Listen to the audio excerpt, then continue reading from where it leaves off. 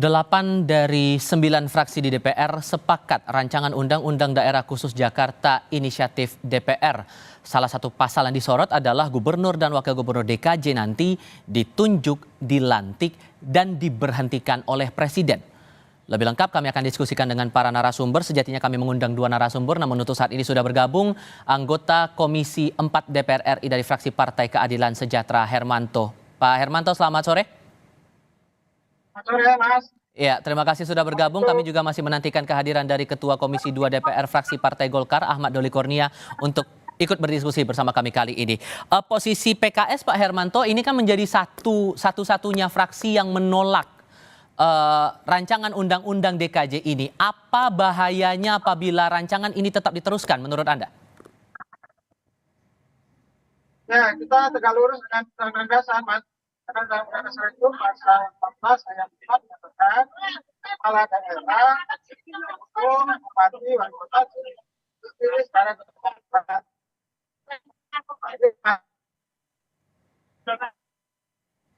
Kami coba perbaiki komunikasi kami terlebih dahulu dengan anggota Komisi 4 DPR fraksi PKS, Hermanto. Tadi sudah sempat disampaikan juga beberapa bagian di awal bahwa posisi PKS ini menolak adanya rancangan undang-undang atau RUU Daerah Khusus Jakarta yang kemudian sudah ditetapkan dalam rapat paripurna kemarin. Saya coba cek dulu komunikasi kami dengan Ketua Komisi 2 DPR fraksi Partai Golkar, Ahmad Doli Kurnia. Bang Doli, selamat sore. Sore, Assalamualaikum warahmatullahi wabarakatuh. Waalaikumsalam warahmatullahi wabarakatuh. Ini sudah bergabung 2 narasumber. Saya harus lanjutkan dulu ke Pak Hermanto ya. Tadi sempat terputus karena gangguan sinyal tadi Pak Hermanto.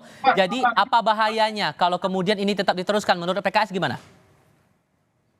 Ya, PKS itu tegak lurus dengan Undang-Undang Dasar 45 pasal 14 ayat 4 menyatakan kepala daerah, bupati, wali kota itu dipilih secara demokratis.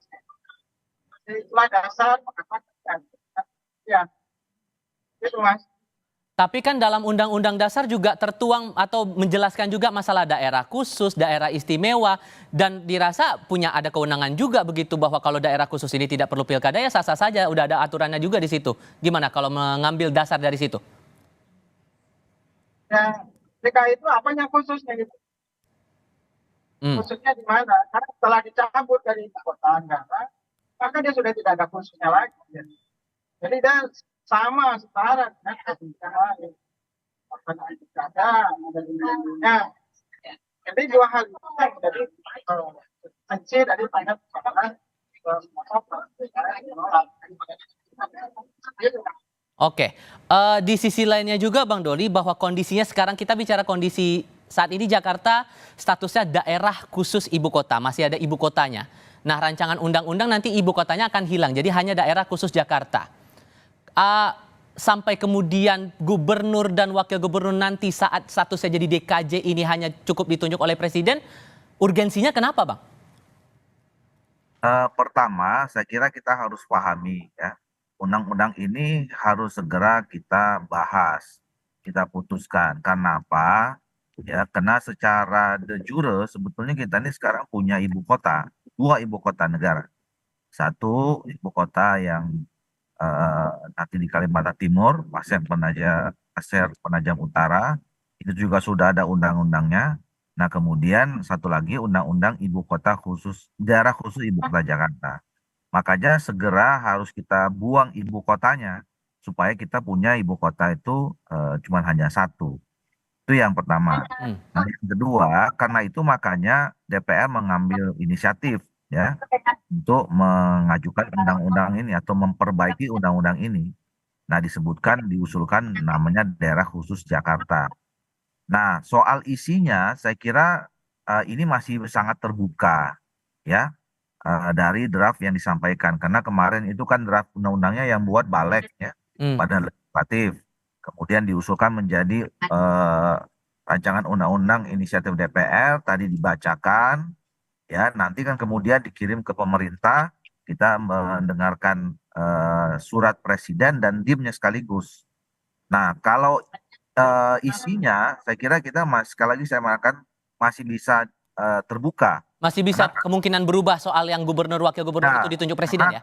Ya, kami juga dari fraksi Partai Golkar belum setuju tentang itu, ya. Belum setuju, tidak setuju atau gimana tuh? Ya, kami sedang mengkaji, ya. Kalau sampai saat ini kita kan gini, daerah ibu kota apa DKI Jakarta ini aja dulu sebelum daerah menjadi daerah khusus itu gubernurnya dan gubernurnya dipilih. Nah, ketika nanti dia berubah statusnya daerah ibu kotanya itu tidak dipilih, ya, terus kemudian apa namanya, eh kan statusnya hampir sama dengan daerah-daerah yang lain gitu ya. Hmm. Dulu daerah khusus ibu kota saja dia hampir sama, kepala daerahnya dipilih, ya tentu kita berharap DKI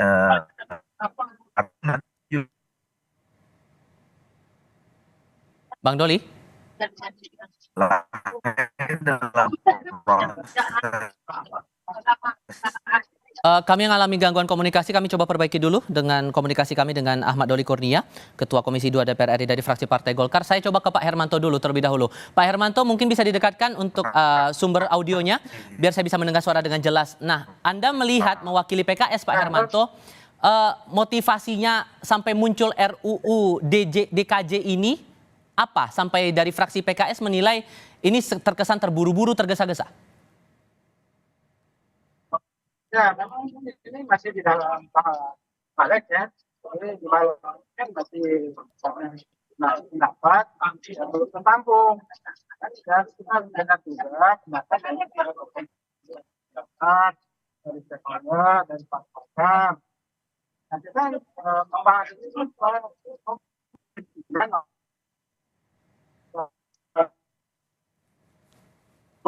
diterima oleh publik. Nah, dengan demikian, Jakarta yang kita hendaki bersama itu adalah Jakarta yang dihendaki oleh warga Jakarta. Yang sangat demokratis, metropolitan, banyak juga beragam, suku, bangsa, kumpul di sana. Gitu.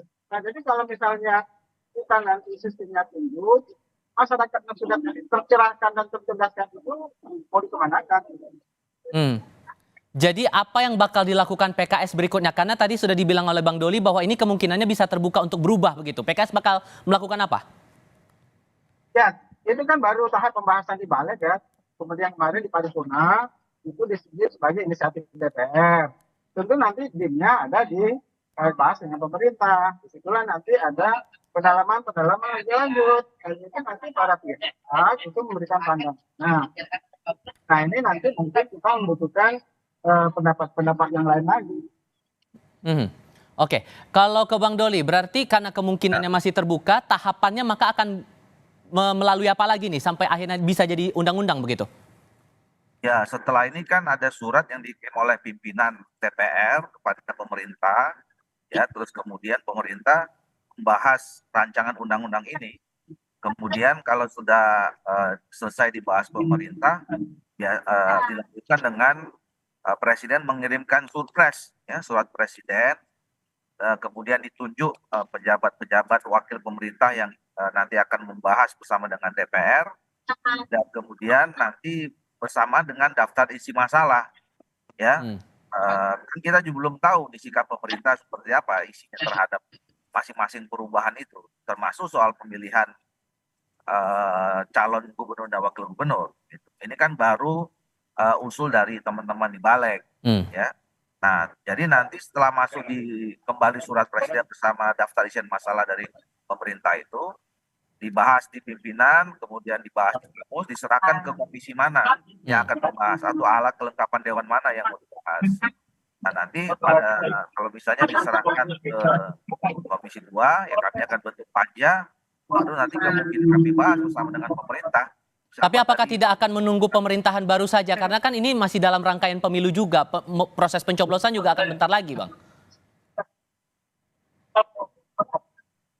Kan nggak ada hubungannya dengan pemilu, ya kan? Apakah gara-gara kita pemilu terus fungsi kepemerintahan di pemerintah atau DPR itu harus berhenti? Kan enggak ya.